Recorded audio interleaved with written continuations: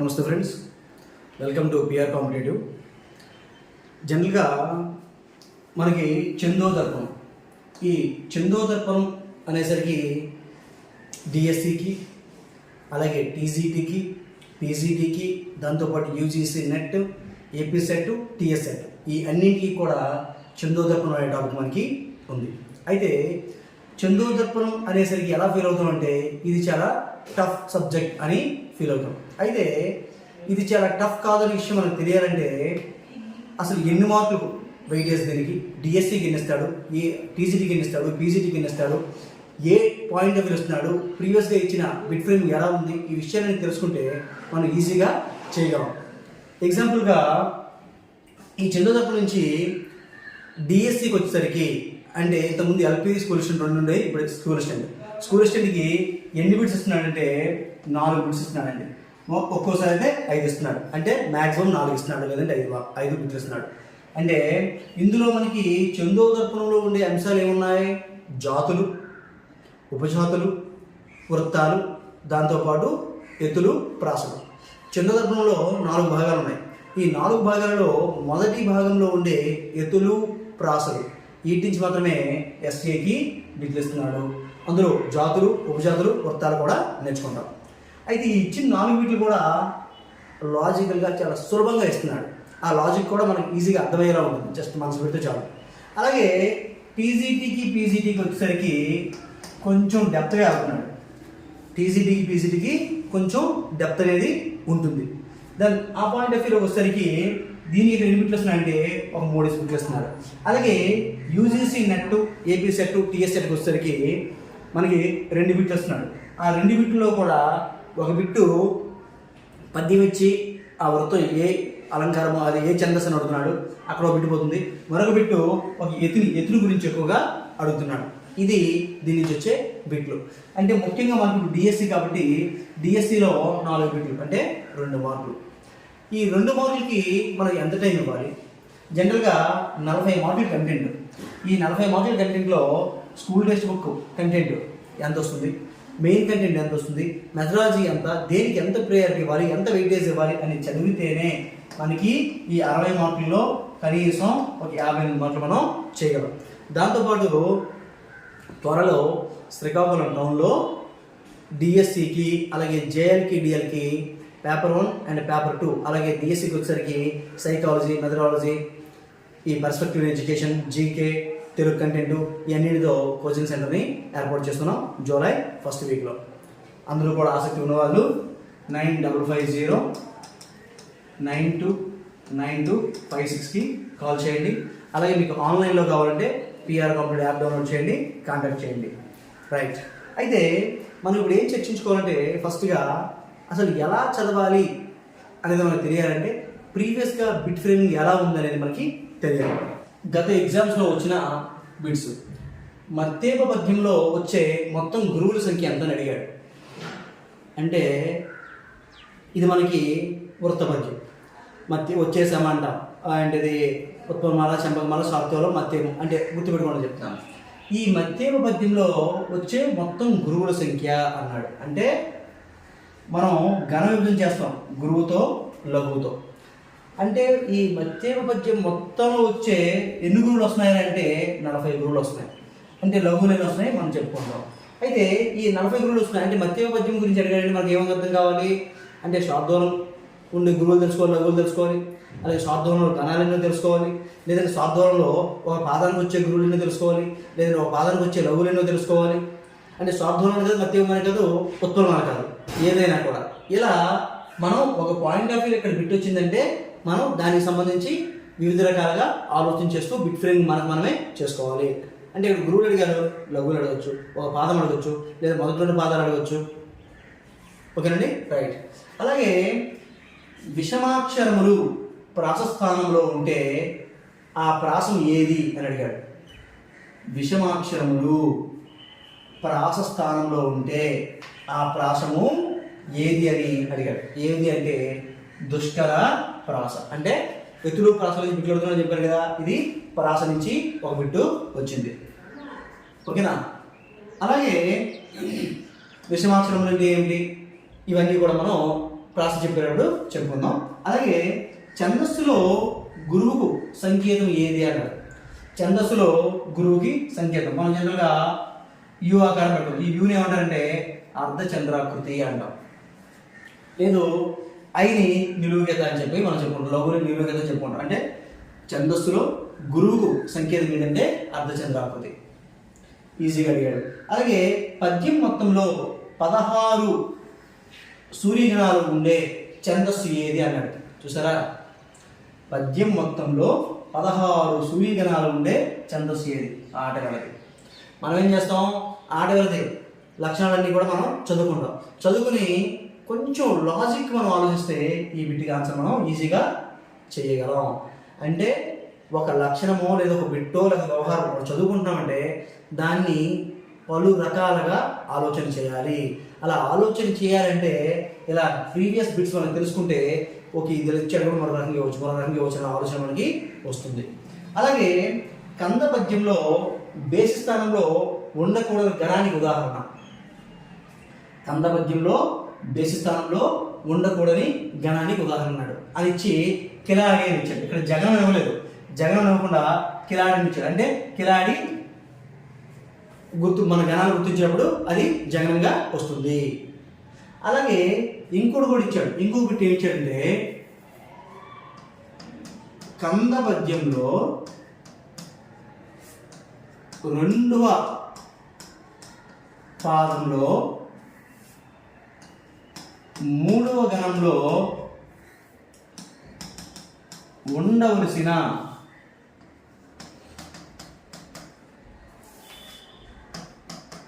గణాలు ఏమి అన్నాడు. ఏమి చూడండి, కందపద్యంలో 2వ పాదంలో 3వ గణంలో ఉండవలసిన గణాలు. అంటే కందపద్యం అంటే మనకు వచ్చే గణాలు జనరల్గా ఏం గుర్తొస్తాయి? 1, 3 పదాలు 3 గణాలు, 2, 4 పదాల్లో 5 గణాలు ఉంటాయని చెప్పుకుంటాం. అంటే కందపద్యంలో మొదటి పదంలో ఎన్ని గణాలు ఉంటాయి? 3 గణాలు ఉన్నాయి. రెండవ పాదంలో ఎన్ని గణాలు ఉంటాయి? 5 గణాలు ఉన్నాయి. అంటే వాడు ఏమన్నాడు? 2వ పాదంలో 3వ గణం అంటే మొదటి పాదంలో 3 ప్లస్ 2వ పాదంలో 3 అంటే 6. అంటే 6 అనేసరికి సరిస్థానంలో ఏముంటుంది అంటే బేసి స్థానంలో జగనం ఉండకూడదు. మనకు అడిగితే సింపుల్ పెడతాం. కందపద్యంలో బేసి స్థానంలో ఏమనకూడదు అంటే జగనమో లేదా నలని పెడతాం. ఇక్కడ ఏమడిగాడు వాడు? కందపద్యంలో 2వ పాదంలో 3వ గణంలో ఉండవలసిన వాడు అంటే సరిస్థానము. 6 కదా, అది 6 సరిస్థానం కదా. సరిస్థానం ఏముండాలి అంటే జగనము కానీ నల కానీ ఉంటుంది. అంటే విషయం అది చాలా క్లియర్గా అడిగాడు. ఓకేనా, రైట్. అలాగే మత్తకోకిల. ఈ మత్తకోకిల వృత్తంలో మొదటి గురువును 2 లఘువులు చేయగా వచ్చు వృత్తం ఏది అన్నాడు. మత్తకోకిల వృత్తంలోని మొదటి గురువును 2 లఘువులు చేయగా వచ్చు వృత్తం ఏదంటే తర్ణం. ఇలాగా మత్తేభాన్ని చేస్తే ఏమొస్తుంది, స్వాగతాన్ని చేస్తే ఏమొస్తుంది, ఇలా మత్తకోకిల ఇలా చాలా మనం అంటే విషయం ఏంటంటే ఇక్కడ ఎక్కడైతే లఘువును గురువుగా మారిస్తే, గురువును లఘువుగా మారిస్తే ఛందస్సు మారుతుందో అటువంటి వారిని కూడా మనం తయారు చేసుకోవాలి అని దీని యొక్క అర్థం. ఈ బిట్స్ అన్ని కూడా మనకి ఎస్ఏకి ఇంతకుముందు ఎంపీకి ఇచ్చాడు. అంటే ఏమి ఇచ్చాడు మనకి? జనరల్గా వృత్తాలు, జాతులు, ఉపజాతులు, ఎత్తులు, ప్రాసలు అంటే మనకి ఈజీగానే ఇచ్చాడు. ఎక్కడి నుంచి చెప్పని కూడా టీజీటీ పీజీటీకి కొంచెం డెప్త్గా వెళ్ళాలి. కొంచెం చూడండి, ల ర వర్ణములతో కూడిన డకారం, కేవల డకారముతో ప్రాస చెలుట ఏ ప్రాస అవుతుందన్నాడు.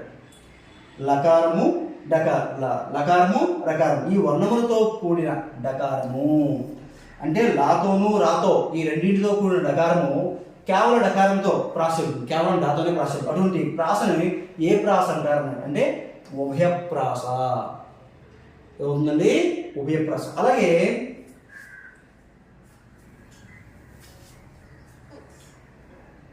ఆ యా హ వీటికి పరస్పరం ఎత్తు చెల్లెటను ఏమని అంటారు? ఏ అంటారంటే సరసయతి. చూసారా, హ య హ ఈ మూడింటికి పరస్పరం దేనికి దానికి ఈ మూడింటికి ఎత్తు చెల్లితే అటువంటి ఇదేమంటారంటే సరసయతి అని చెప్పి అంటారు. దీని యొక్క పూర్తి వివరణ మనం ఎత్తులు చెప్పుకునేటప్పుడు చెప్తాం. అలాగే వృత్తపద్యంలోని ఏ చందము కలదని ఇచ్చాడండి. ఒక వృత్తపద్యం ఇచ్చేశాడు. ఒక వృత్తపద్యం ఇచ్చేసి దాంట్లో ఏ ఛందస్సు కలదు అని చెప్పి అడిగాడు. అంటే వృత్తులమాల, చంద్రంలో సంఖ్యలు ఇచ్చాడు. అంటే మనకి అది ఎప్పుడు ఇష్టమే కాబట్టి ఇటువంటి బిట్స్కి మనం ఆన్సర్ చేయాలంటే ఏం చేయాలంటే 6 నుంచి ఇంటర్మీడియట్ వరకు స్టార్ గుర్తు పద్యాలు ఉన్నాయి. ఆ స్టార్ గుర్తు పద్యాల్లో కూడా ఒక సూక్తులు కానీ లేదంటే ఒక గొప్ప విషయాన్ని కానీ తెలియజేసే పద్యాలు కూడా ఉన్నాయి. అంటే ఇంటర్మీడియట్లో ఒక దీపం వల్ల మరొక దీపం ప్రభవించినట్లు అని చెప్పేసి మనకి శకుంతల చెప్తుంది అనమాట. ఏంటి అలా ఇటువంటి అంశాలన్నీ కూడా మనం ఆ ఇంపార్టెంట్ పద్యాలని కొంచెం నోట్ చేసుకోవడం ద్వారా వాటిని చదవడం ద్వారా వీటికి ఆన్సర్ మనం చేయగలం. అలాగే ఇవ చక్షురించు అనగా స్వీకరించవలసిన సంఖ్య ఎంత అన్నాడు. ఇది పీజీటీకి టీజీటీకి వచ్చాడు. ఇవ చక్షురించు అనగా స్వీకరించవలసిన సంఖ్య 128. ఓకేనండి. అంటే ఇక్కడ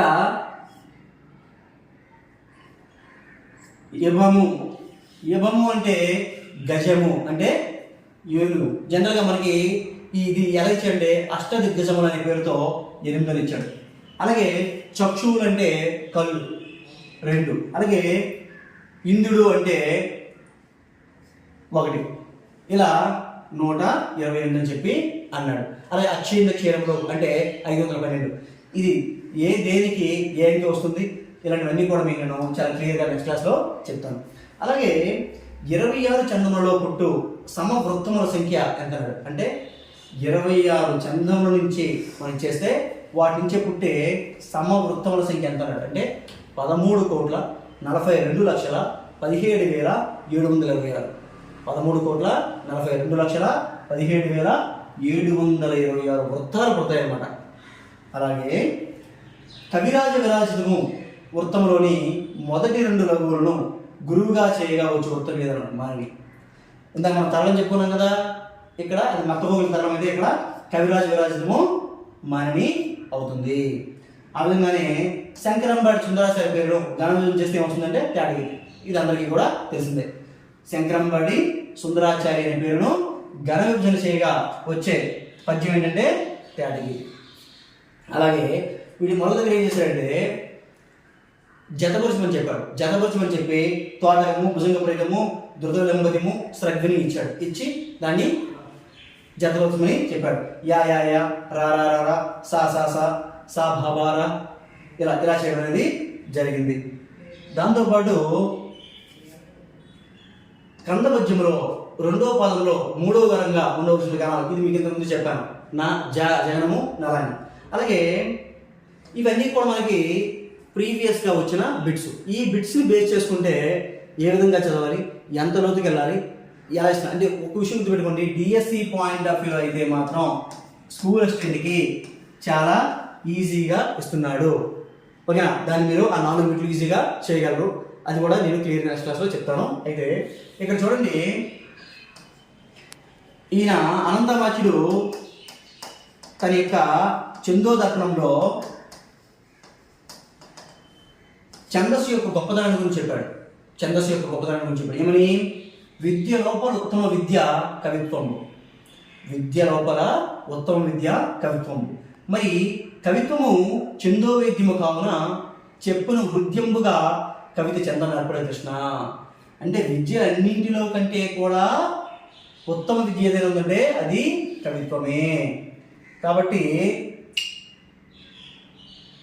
ఉత్తమ విద్య కవిత్వం. కాబట్టి మరి కవిత్వం ఎటువంటిది అంటే ఛందస్సుతో ఉన్నది. కవిత్వం ఎటువంటిది? ఛందస్సుతో కూడింది. మరి అటువంటి ఛందస్సు కలిగిన కవిత్వాన్ని ఏ విధంగా చెప్పాలంటే హృద్యముగా, మనసుకు ఆహ్లాదాన్ని, ఆనందాన్ని కలిగించే విధంగా చెప్పాలి అని చెప్పేసి అనంతమాచుడు చెప్తాడు. ఈ పద్యం ఇచ్చి ఇది ఏ కావ్యం అని అడగచ్చు. లేదా విద్య లోపల ఉత్తమ విద్య కవిత్వము, అది చందో వేద్యము అని చెప్పింది ఎవరైనా అడగచ్చు. అంటే అనంతమాచుడు. ఏ గ్రంథం అంటే చందో. ఈ చందో దర్పణము లేదా అనంతుడి ఛందస్సు. నిజానికి అనంతమాచుడు, అమాచుడు అంటే గౌరవవాచకం. ఈ అనంతుడు ఈ చందోదర్పణం పెట్టిన పేరు ఏంటంటే చందోదర్పణం అనే పెట్టాడు. దాన్ని లోకులు ఏ పేరుతో పిలిచారంటే అనంతుని ఛందస్సు అని పెట్టారు. అనంతుని ఛందస్సు అని పిలిచారు. ఇది కూడా అడిగేచ్చు సింపుల్గా, అంతేం లేదు. లోక వ్యవహారంలో చందో దర్పణకు ఉండే పేరు ఏంటని అడగచ్చు. అంటే అనంతుని ఛందస్సు. మరి ఆయన పెట్టిన పేరు ఏంటంటే చందో దర్పణం. ఈ చందో దర్పణం ఎవరికి అంకితం ఇవ్వబడింది అంటే ధ్రువపట్టణం గోపాలకృష్ణునికి అంకితం ఇవ్వబడింది. ధ్రువపట్టణం గోపాలకృష్ణునికి. అనంతమాచ్యుడు 3 రచనలు చేశాడు. 1 భోజరాజీయం, 2 చందో దర్పణం, 3 రసార్ణవం.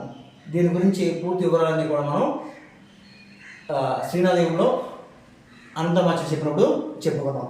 అయితే ఈ చందో దర్పణం ఉండే ఆశ్వాసాలు ఏంటంటే 4 ఆశ్వాసాలు. చందో దర్పణం ఉండే ఆశ్వాసాలు ఏంటంటే 4. అయితే ఈయన ఇందులో అనంత ధీమని లక్ష్మణ్ మణి భోజ చరిత్ర చెప్పి లక్ష్మీ నరసింహం గూర్చి ప్రసిద్ధుడు వేడుకతో నొచ్చే చందోనుతి అని చంద్రరత్నంలో చెప్పుకున్నాడు. ఆయన అనంత ధీమని లక్ష్మణ్ మణి భోజ చరిత్ర అంటే భోజరాజీయం రాశారయ్యా అని చెప్పి ఏ కావ్యంలో చెప్పుకున్నాడంటే చంద్రరత్నంలో చెప్పుకున్నాడు. చెప్పి లక్ష్మీ నరసింహం గురించి ప్రీతి చెందాను, ప్రసిద్ధుడయ్యాడు అని చెప్పి వేడుకతో వచ్చే చందోనుతి అని చెప్పి చంద్రదర్పణంలో చెప్పుకున్నాడు. అలాగే ఈ చందోదర్పణంలో 1వ ఆశ్వాసం, 2వ ఆశ్వాసం, 3, 4 ఆశ్వాసాల్లో ఏముంటాయో మనం తెలుసుకోవాలి. ఎందుకంటే సింపుల్, యతిప్రాసలు చందోదర్పణంలో ఏ ఆశ్వాసం ఉంటాయని అడిగేస్తాడు. అడిగితే 1వ ఆశ్వాసంలో ఉన్నది. లేదా ఘన స్వరూపంలో ఏ ఆశ్వాసం అంటే 1వ ఆశ్వాసం. ఇలా అడగడానికి ఆస్కారం ఉంది. కాబట్టి ఈ 4 ఆశ్వాసాల్లో ఏ విషయాలు చెప్పారనేది మనకి తెలియాలి ఖచ్చితంగా. కాబట్టి 1వ ఆశ్వాసంలో ఏమున్నాయంటే సంజ్ఞలు. 1వ ఆశ్వాసంలో సంజ్ఞలు అంటే పేర్లు, గుర్తులు, వ్యవహారానికి సంబంధించినంత కూడా అక్కడ ఉంది. అలాగే గురు, లఘు అంటే గురువును దేంతో చూస్తారు, లఘుని దేంతో చూస్తారు, గురువు అంటే ఏమిటి, లఘు అంటే ఏమిటి. అలాగే ఘన స్వరూపములు, గురువు లఘువులు కలిపితే గణాలు అవుతాయి కదా. ఈ గణం ఏంటి, ఆ గణ యొక్క స్వరూపం ఏంటి, అది దాని పద్ధతి ఏంటి, వ్యవహారం ఏంటి. అలాగే ఇంద్రచంద్ర గణ భేదములు, అలాగే ఆ గణాలకు అధిదేవతలు, ఇంద్రగణాలని, చంద్రగణాలని, దాంతోపాటు వాటికి అధిదేవతలు ఏమిటి, దాని తర్వాత వాటికి ఫలములు ఏమిటి, ఇంద్రగణం ఏ విధంగా ఫలం ఇస్తుంది, అలా. దాంతోపాటు యతిప్రాసలు ఇవన్నీ కూడా మనకి 1వ ఆశ్వాసంలో ఉంది. అలాగే 2వ ఆశ్వాసంలో గద్య లక్షణములు, చందముల పేర్లు, ఛందస్సు ఏ పేర్లు ఉన్నాయనేది, అలాగే చందో వృత్త సంఖ్య, సమవృత్త సంఖ్య, సమ అర్ధసమ విషమవృత్త భేదములు. చందో వృత్త సంఖ్య, సమవృత్త సంఖ్య, సమ అర్ధసమ విషమవృత్త భేదములు. అలాగే 26 అక్షరముల కంటే అధికాక్షరములతో ఉండే ఉద్ధురమాలా వృత్తములు. 26 అక్షరములతో ఉంటేనే మనకి 13,42,17,720 వచ్చాయి. మరి అలాంటి 26 అక్షరాల కంటే ఎక్కువ అక్షరాలతో ఉంటే అటువంటి ఉద్ధురమాల వృత్తములు ఇక్కడ చెప్పబడింది ఇందులో 2వ ఆశ్వాసంలో. అలాగే 3వ ఆశ్వాసం ఏం చెప్పారంటే కందము, ఆర్య, గీతి, సమవిషమ గీతి, అలాగే శేషము, తరువోజ, అక్షర, పద, రగడ, చాటు కావ్యాల గురించి, ఉదాహరణ కావ్యాల గురించి, షట్ ప్రత్యయాల గురించి చెప్పాడు. ఇక్కడ కందపద్యం గురించి జనరల్గా మనం కందపద్యం, తెలుగులో కందపద్యమే, సంస్కృతంలో ఆర్యపద్యం అంటాం. ఈ ఆర్య అనే పద్యానికి సమ రూపమే తెలుగులో కందము. ఇది ప్రీవియస్గా అడిగాడు. సంస్కృతంలో ఆర్యగీతిని పోలి ఉండే పద్యం ఏదన్నాడు అంటే కందము. అందులో సమ విషమ గీతులు, శేషపద్యం, తరువోజ, అక్షరాన్ని గురించి, పదాన్ని గురించి, రగడ కావ్యాలు, చాటు కావ్యాలు, ఉదాహరణ కావ్యాలు, షట్ ప్రత్యయాలు. ఉదాహరణ కావ్యాలు చందోదకంలో ఏ ఆశ్వాసంలో చెప్పబడ్డాయంటే 3వ ఆశ్వాసం, లేదా రగడ చాటుల గురించి కూడా. అలాగే 4వ ఆశ్వాసాలు ఏమున్నాయంటే దశ దోషములు, షట్సంధులు, ఈ 6 రకాల సంధుల గురించి, సమాసాలు, కారక శబ్దములు. ఓకేనా. దానిపైన క్రియాపదములు, దశదోషములు, షట్సంధులు, సమాసాలు, కారక శబ్దములు, క్రియాపదములు, అధ్యాయములు, లింగ వచ్చిన వ్యక్తులు ఏమని చెప్తాం కదా మనం. అలాగే విశేషణ భావములు, విశేషమేది, విశేషణమేది, దాన్ని ఎందుకు అలా అంటున్నాం మనం. దాంతోపాటు క్రియా విశేషణము, వర్ణ సంఖ్య, షడ్వర్గములు, వ్యాకరణ ప్రాథమిక అంశాలు. అంటే వర్ణ సంఖ్య, షడ్వర్గములు. ఇందులో వ్యాకరణ ప్రాథమిక అంశాలు కలిగిన చందోదర్పణంలో ఆశ్వాసం ఏంటంటే 4వ ఆశ్వాసం. ఓకేనండి, రైట్.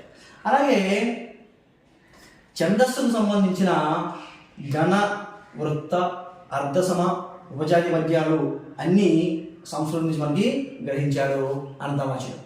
ఛందస్సుకు సంబంధించిన గణాలు, వృత్త, అర్ధసమ, ఉపజాతి పద్యాలు ఇవన్నీ కూడా మనకి ఎక్కడి నుంచి గ్రహించాడంటే సంస్కృతం నుంచి. మరి తెలుగు నుంచి ఏం తీసుకున్నాడంటే యతి ప్రాసలు. ఈ యతి ప్రాసలు ఆంధ్రములకు మాత్రమే పరిమితమైనవి. ఆంధ్రములకు మాత్రమే పరిమితమైన అలంకారం. అంటే దాన్ని బట్టి మనకి ఏమవుతుంది, యతి ప్రాస అనేవి తెలుగువి, ఈ గణ వృత్తం అనేవి సంస్కృతం నుంచి స్వీకరించబడ్డవి మనకి అర్థమవుతుంది. అలాగే ఈ చిందోదర్పణ పైన వచ్చిన వ్యాఖ్యలు కానీ సమీక్షలు కానీ చూసుకుంటే 1921లో గిడుగు వెంకట సీతాపతి ఒక ఉపోద్ఘాతం రాశాడు. దీనికి మొట్టమొదటిగా ఆధునికులలో చిందోదర్పణ రాసిన మొట్టమొదటి ఉపోద్ఘాతము 1921లో గిడుగు వెంకటి సీతాపతి రాశాడు. అలాగే 1947లో నిడదవోలు వెంకటరావు గారు పీడికి రాశారు. 1947లో నిడదవోలు వెంకటరావు పీడికి రాశాడు.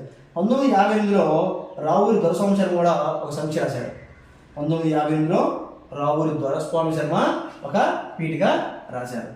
అలాగే భాష్యం వెంకట నరసింహాచార్యులు తత్వదర్శిని, భాష్యం వెంకట నరసింహాచార్యులు అనేవాళ్ళు తత్వదర్శిని అని చెప్పి ఒక వ్యాఖ్యానం రాశారు. అంటే జనరల్గా అవన్నీ పేరు లేని వ్యాఖ్యలు, కానీ దీనికి పేరు ఉంది కాబట్టి తత్వదర్శిని అనే వ్యాఖ్య ఈ కింది ఏ కావ్యంలో వచ్చిందంటే భాష్యం వెంకట నరసింహాచార్యులు రాసిన తత్వదర్శన వ్యాఖ్య చిందోదర్పణానికి వచ్చింది. అలాగే వెంకట కృష్ణాచార్యులు కూడా ఒక వ్యాఖ్యానం రాశారు. శ్రీ భట్టాచార్యులు ఒక వ్యాఖ్యానం రాశారు. వడ్లమూడి గోపాలకృష్ణయ్య కూడా ఒక వ్యాఖ్య రాశారు. వేరువేరుగా రాశారు. అయితే తెలుగు చందో రచన గ్రంథాలు, చందోదర్పణానికి పూర్వం ఉండే తర్వాత ఉండే కొన్ని ముఖ్యమైన చందో రచన గ్రంథాలు ఏంటో అది కూడా చూద్దాం. ఎందుకంటే చందోదర్పణం గురించి మనం ఛందస్సు గురించి మనం తెలుసుకుంటాం కాబట్టి ఆ గ్రంథాలు కూడా తెలుసుకోవడం ఒక ఎత్తుకు మంచిదే. ఎందుకంటే కీడించి మేఘించాలన్నారు కాబట్టి ఆ 4 ముక్కలు కూడా తెలుసుకుంటే ఏమో రేపు ఒకవేళ ఇస్తే మనం పెట్టేస్తాం, ఎవరికి గొడవ లేదు. ఒకటి కవిజనాశ్రయం. కవిజనాశ్రయం మళ్ళీ రేసింది రాశాడు. అలాగే కవిజనాశ్రయం అనే పేరుతో భీమన్ కూడా రాశాడు. కవిజనాశ్రయము అనే పేరుతో మల్లియ రేచన రాశాడు. అలాగే భీమన్ కూడా కవిజనాశ్రయం అనే పేరుతో కావ్యం రాశాడు. అలాగే గోకర్ణ ఛందస్సు గోకర్ణుడు రాశాడు. గోకర్ణ ఛందస్సు అనేది గోకర్ణుడు రాశాడు. కవివాగ్బంధనము లేదా కవి సార్వభౌమ ఛందస్సు, వెంటనే చెప్పేస్తారు మీరు తెక్కనని. కవివాగ్బంధనము లేదా కవి సార్వభౌమ ఛందస్సు రాసినటువంటి తెక్కన. అలాగే అధర్వణ ఛందస్సు అధర్వణుడు. చాలా పేరులో ఉంటుంది ఆన్సర్. ఛందస్సు పేరులో, కావ్యం పేరులోనే కర్త పేరు కూడా ఉంటుంది. అధర్వణ ఛందస్సు అధర్వణుడు. శ్రీధర ఛందస్సు శ్రీధరుడు. శ్రీధర ఛందస్సు శ్రీధరుడు. అలాగే కవిరాక్షస ఛందస్సు కవిరాక్షసుడు. కవిరాక్షస ఛందస్సు కవిరాక్షసుడు. చందోదర్పణం తాతం పట్టు కూడా రాశాడు. చందోదర్పణం అనంతమాచార్యుడు రాశాడు. అలాగే చందోదర్పణం తాతం పట్టు అనే కవి కూడా రాశాడు. ఇది గుర్తుపెట్టుకోండి, అన్నిటికంటే ఇది ఇంపార్టెంట్. జతిచ్చేయచ్చు. జతిచ్చేసి చందోదర్పణం ఈ కింది ఏజెంట్ రాశాడని అడగవచ్చు. తాతం పట్టు రాశాడు, అనంతమాచార్యుడు కూడా రాశాడు. అంటే ఎవరికి వారుగా రాసుకున్నారు. అలాగే అప్పకవి మనందరికీ తెలుసు. అప్పకవి ఈయన యతి, విరతి, విశ్రాంతి, ఈ యతి అనే సంస్కృత పదానికి మనకి ఈయన ఒలి అని ఒక తెలుగు పదాన్ని చెప్పారు. ఒలి అని చెప్పి తెలుగు పదాన్ని చెప్పాడు.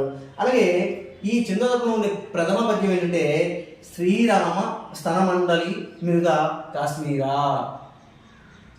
శ్రీరామ స్తనమండలి మీద కాశ్మీరా. ఈ శ్రీరామ స్తన అనేసరికి మనకి తిక్కన కూడా గుర్తొస్తారు. తిక్కన కావ్యంలో కూడా ఈ పద్యం మనకి కనిపిస్తుంది. శ్రీరామ స్తనమండలి మీద కాశ్మీర్ అని చెప్పేసి ఈయన ఈ చందోదర్పణంలో ప్రథమ పద్యంగా మనం చెప్పుకోవచ్చు. అలాగే నెక్స్ట్ క్లాస్లో యతులు, ప్రాసలు, మిగిలిన వ్యవహారాన్ని కూడా చెప్పుకుందాం.